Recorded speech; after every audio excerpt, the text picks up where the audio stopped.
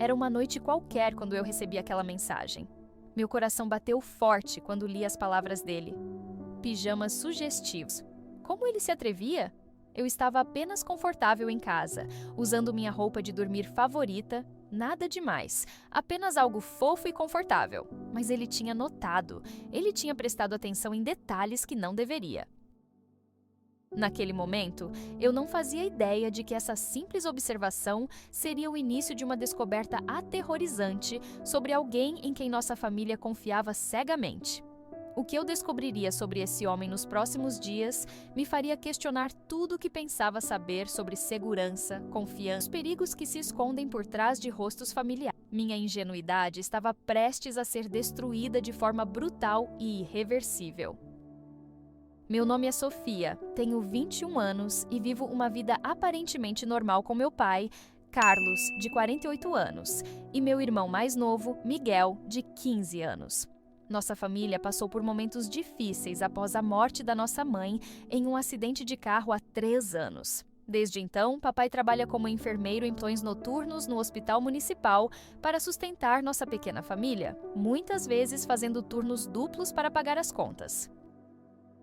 Eu estudo psicologia na universidade durante o dia e trabalho meio período em uma livraria para ajudar com os gastos. Miguel estuda na Escola Estadual Professor Antônio Silva, a mesma onde estudou o filho do Roberto, amigo de longa data do meu pai desde os tempos de adolescência. Roberto sempre se ofereceu para buscar Miguel quando o papai está trabalhando, já que os meninos são colegas de classe e moram no mesmo bairro. Nossa rotina familiar sempre dependeu dessa rede de apoio, e eu sempre achei esse arranjo conveniente e seguro. Afinal, Roberto conhece nossa família há mais de 20 anos e sempre demonstrou ser confiável. Antes de continuar, comente de que cidade está vendo esse vídeo. Curta e compartilhe esse vídeo com alguém. Roberto Mendes tem 45 anos, é divorciado há 5 anos e trabalha no mesmo hospital que meu pai, mas no setor administrativo. Ele sempre foi aquele tipo de pessoa que se faz de prestativo, oferecendo ajuda constantemente e se inserindo nas situações familiares alheias. Mora sozinho em uma casa grande no final da nossa rua, herança dos pais falecidos, e sempre pareceu solitário desde o divórcio. Seu filho único, Gabriel, de 15 anos, mora com a mãe durante a semana e passa os fins de semana com ele. Roberto frequentemente comentava sobre sua solidão e como nossa família era especial para ele, especialmente depois que mamãe morreu. Na época, interpretávamos isso como gentileza e companheirismo. Ele sempre trazia presentes para Miguel, oferecia caronas e até mesmo se oferecia para cozinhar para nós quando o papai estava muito cansado dos plantões. Retrospectivamente, percebo que todos esses gestos eram formas de ele se aproximar mais da nossa rotina familiar e estabelecer uma presença constante em nossas vidas. Na noite fatídica de uma quinta-feira chuvosa de abril, papai estava de plantão no hospital, cobrindo o turno de um colega que havia ficado doente. Eu estava em casa estudando para uma prova de psicologia do desenvolvimento, vestindo meu pijama de algodão. Uma camiseta rosa com estampa de gatinhos e shorts de tecido macio que ganhei de presente de aniversário da minha melhor amiga. Era uma roupa completamente normal e confortável, nada provocativo ou inadequado. Estava concentrada nos livros quando ouvi o som do carro de Roberto estacionando em frente à nossa casa por volta das 19h30.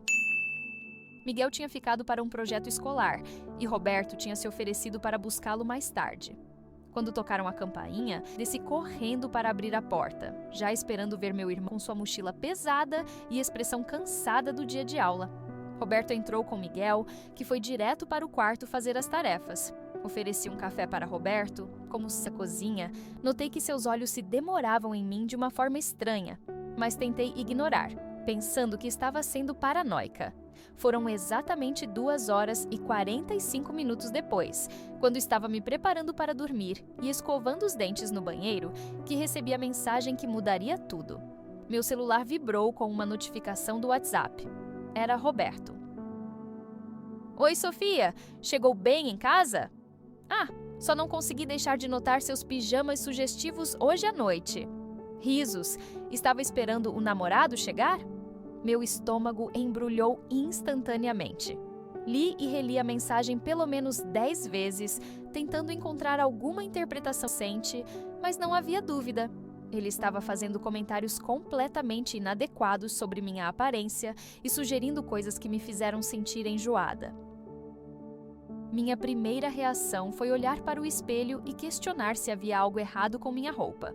Mas não havia nada demais. Era apenas um pijama normal que qualquer jovem usaria em casa.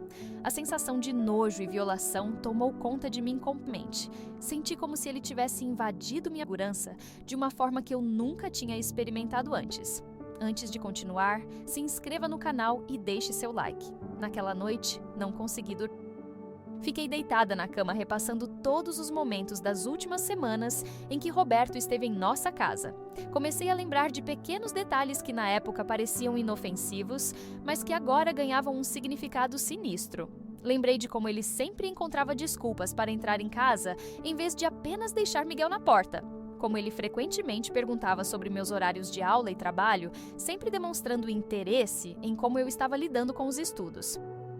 Lembrei de como, algumas vezes, quando eu descia de roupão de banho para pegar água na cozinha, ele casualmente prolongava sua permanência na nossa casa. Recordei também de comentários aparentemente inocentes que ele fazia sobre como eu estava crescendo e me tornando uma jovem bonita. Na época, papai até ria desses comentários, achando que era carinho paternal. Mas agora, tudo fazia sentido de uma forma perturbadora e assustadora. Senti uma mistura de raiva por ter sido o que mais poderia estar acontecendo sem que eu percebesse. Nos seguintes, tentei agir normalmente, mas estava hipersensível a cada interação. Mudei completamente minha vestida adequadamente quando soubesse que Roberto viria buscar Miguel. Comecei a usar roupas mais conservadoras em casa e colocando um casaco sobre qualquer coisa que pudesse ser considerada casual. Até mesmo parei de usar meus pijamas favoritos, optando por roupas mais fechadas e menos confortáveis. A sensação de estar sendo observada e julgada em minha própria casa era opressiva e claustrofóbica. Comecei a questionar cada gesto, cada roupa, cada comportamento meu, como se eu fosse responsável pelas atitudes. Essa foi talvez a parte mais cruel de toda a situação, como a culpa se transferiu automaticamente para mim, mesmo sabendo racionalmente que eu não havia feito nada errado. Decidi conversar com minha melhor amiga, Larissa, que estuda direito na mesma universidade. Quando contei para ela sobre a mensagem e os comportamentos de Roberto, ela ficou visivelmente alarmada e irritada. Sofia, isso é assédio sexual explícito, disse ela com firmeza, batendo a mão na mesa da cafeteria onde estávamos conversando. Você precisa contar para seu pai imediatamente. Esse homem está testando seus limites, vendo até onde pode ir sem consequências.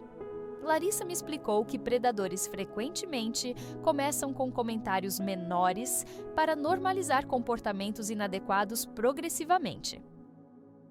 É uma estratégia de grooming, disse ela, me mostrando artigos acadêmicos sobre o assunto no celular. Ele está construindo uma relação de poder desigual e testando sua reação. Se você não estabelecer limites agora, ele vai escalar o comportamento. Suas palavras me deram a coragem que eu precisava, mas também aumentaram meu medo sobre o que poderia ter acontecido se eu tivesse ignorado a situação.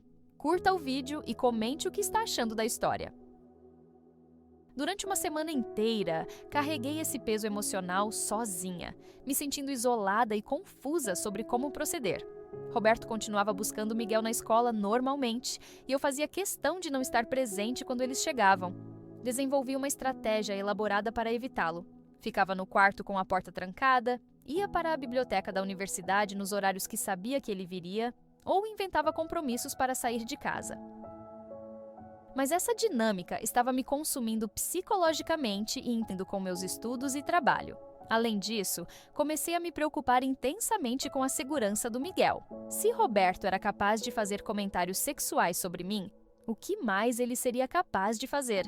Essa preocupação com meu irmão mais novo me deu a força final que eu precisava para tomar uma decisão corajosa, mesmo sabendo que isso poderia criar um conflito familiar significativo.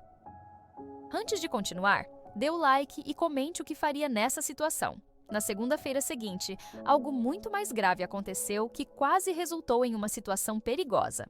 Roberto apareceu em nossa casa às 14h30, um horário completamente inusual, dizendo que precisava falar comigo sobre algo urgente e importante relacionado ao Miguel.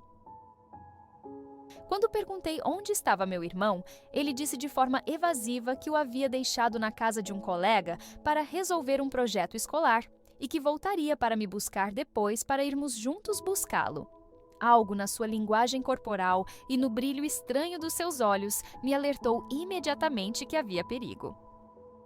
Por que ele não me ligou antes para avisar?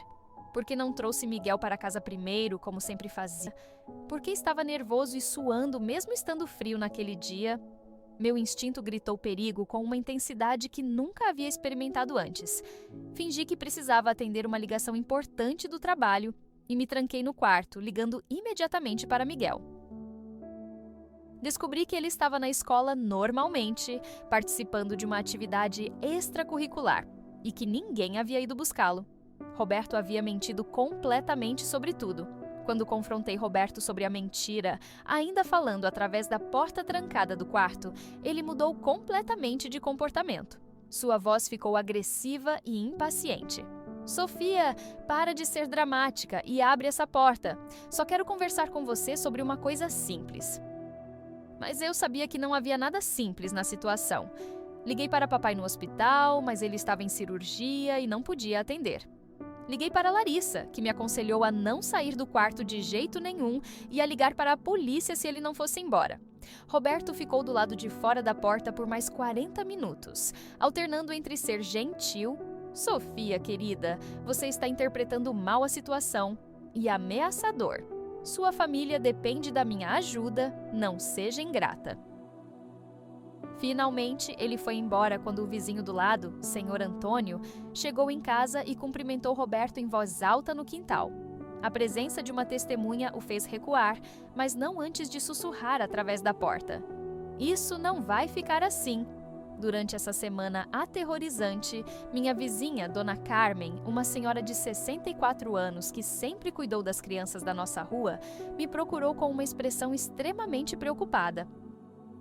Sofia, filha, preciso te contar algo que está me tirando o sono, disse ela, me puxando para dentro da sua casa. Há várias semanas, tenho visto Roberto parado do outro lado da rua, observando sua casa por longos períodos, principalmente nos horários que sei que você, uma vez, cheguei a cronometrar. Ele ficou lá por mais de 1 hora só observando. Achei muito estranho, mas não sabia se deveria comentar. Dona Carmen também me revelou informações ainda mais perturbadoras que havia descoberto conversando com outras mães do bairro. Algumas mães me contaram que ele fez comentários inadequados sobre suas filhas adolescentes, sempre elogiando o desenvolvimento delas, de forma que as deixava desconfortáveis. A mãe da Júlia, de 16 anos, até proibiu que ela aceitasse caronas dele. Ela me aconselhou com a sabedoria de quem viveu muito. Você precisa contar para seu pai imediatamente, querida. Esse homem não é confiável e o comportamento dele está escalando. Chegou o momento da verdade numa sexta-feira de manhã, quando o papai havia chegado do plantão noturno e estava tomando seu café da manhã habitual na cozinha. Eu me aproximei dele com o coração batendo tão forte que parecia que ia sair do peito. Pai, preciso te contar algo muito sério e perturbador sobre o Roberto. Comecei, minha voz tremendo de nervosismo e determinação. Contei tudo nos mínimos detalhes.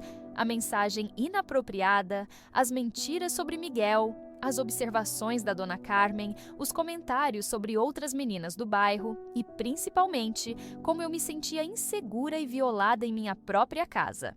Conforme eu falava, vi a expressão do meu pai mudar dramaticamente. Primeiro confusão, depois incredulidade e finalmente uma raiva intensa que eu nunca havia visto antes em toda a minha vida.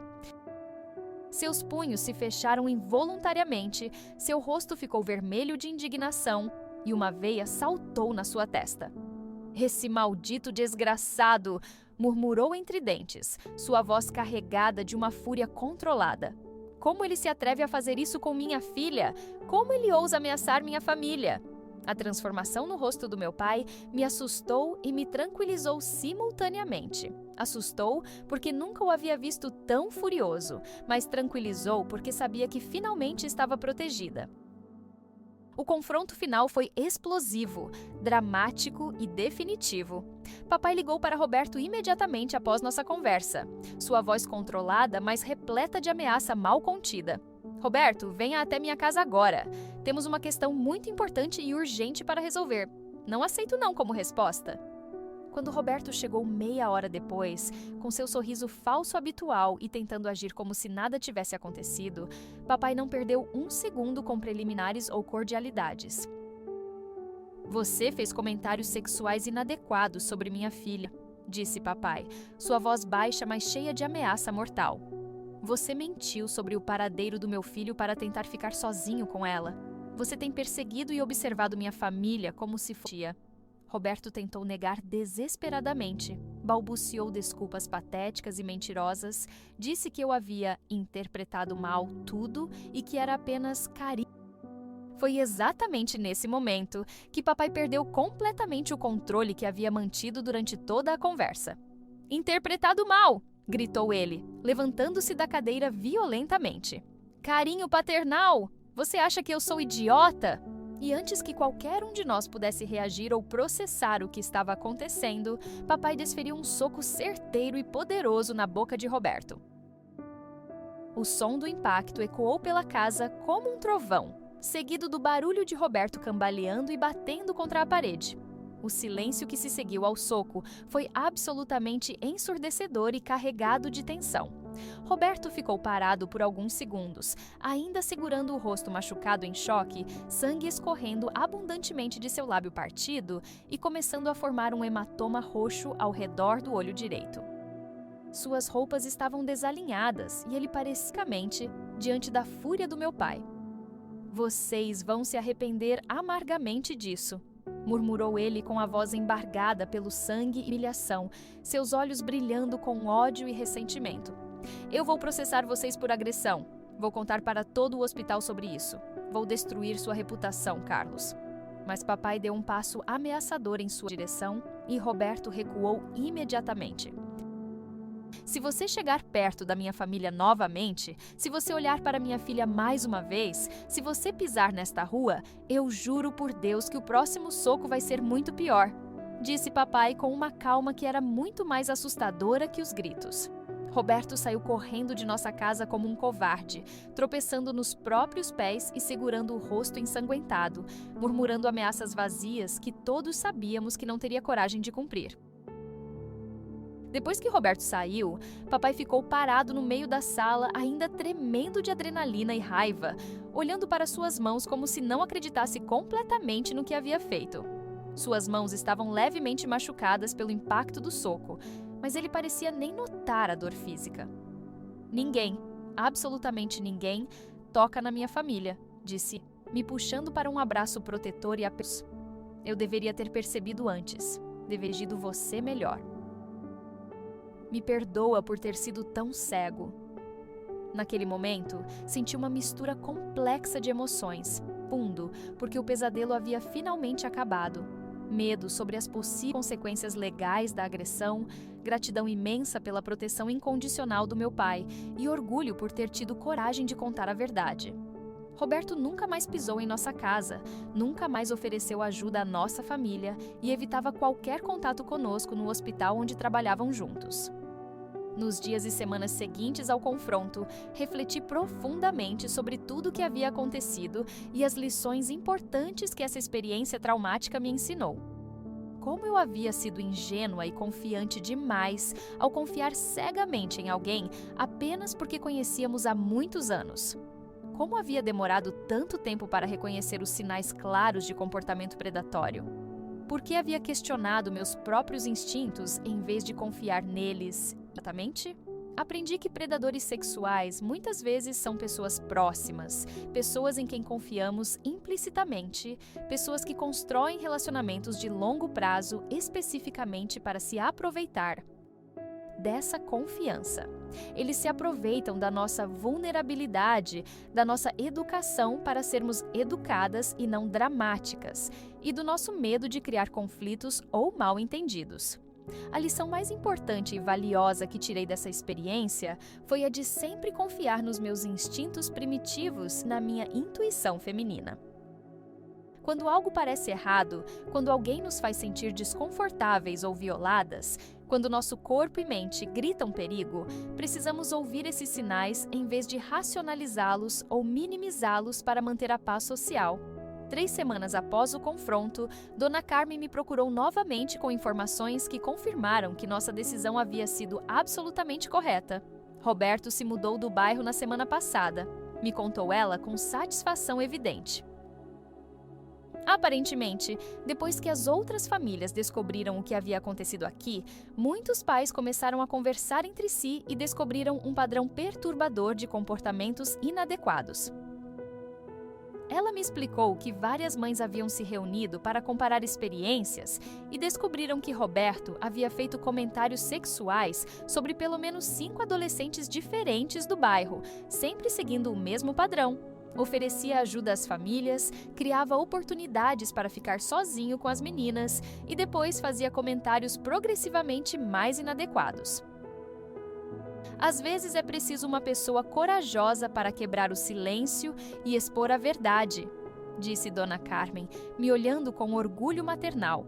Sua coragem de denunciar protegeu não apenas você, mas também todas as outras meninas que vítimas se ele tivesse continuado. A validação de que minha experiência sido um caso isolado me deu uma sensação de propósito e justiça que foi fundamental para minha recuperação psicológica. Antes de continuar, se inscreva no canal e deixe seu like. A justiça chegou de uma forma surpreendente e satisfatória que nenhum de nós esperava.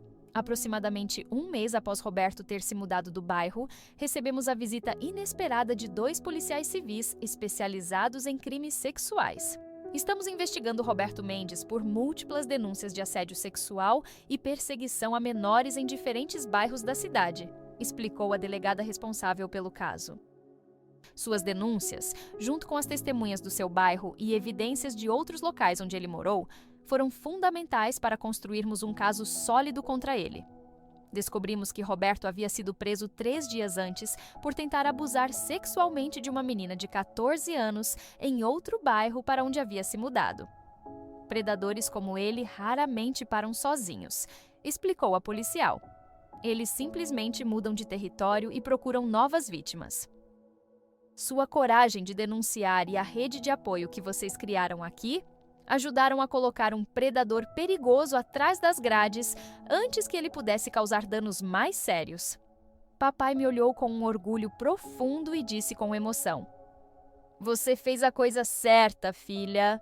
Você nos protegeu e protegeu outras famílias também." A sensação de justiça e validação foi absolutamente avassaladora e curativa. Hoje, 8 meses depois de todo esse trauma, nossa vida voltou ao que podemos chamar de normal, mas com uma consciência completamente diferente sobre segurança pessoal, proteção familiar e a importância de confiar em nossos instintos. Estabelecemos novos protocolos familiares rigorosos. Sempre comunicamos detalhadamente onde estamos e com quem, verificamos cuidadosamente o histórico e as referências de qualquer pessoa que entre em nossas vidas e, principalmente, criamos um ambiente familiar onde qualquer desconforto, por menor que seja, pode ser compartilhado sem medo, julgamento ou minimização.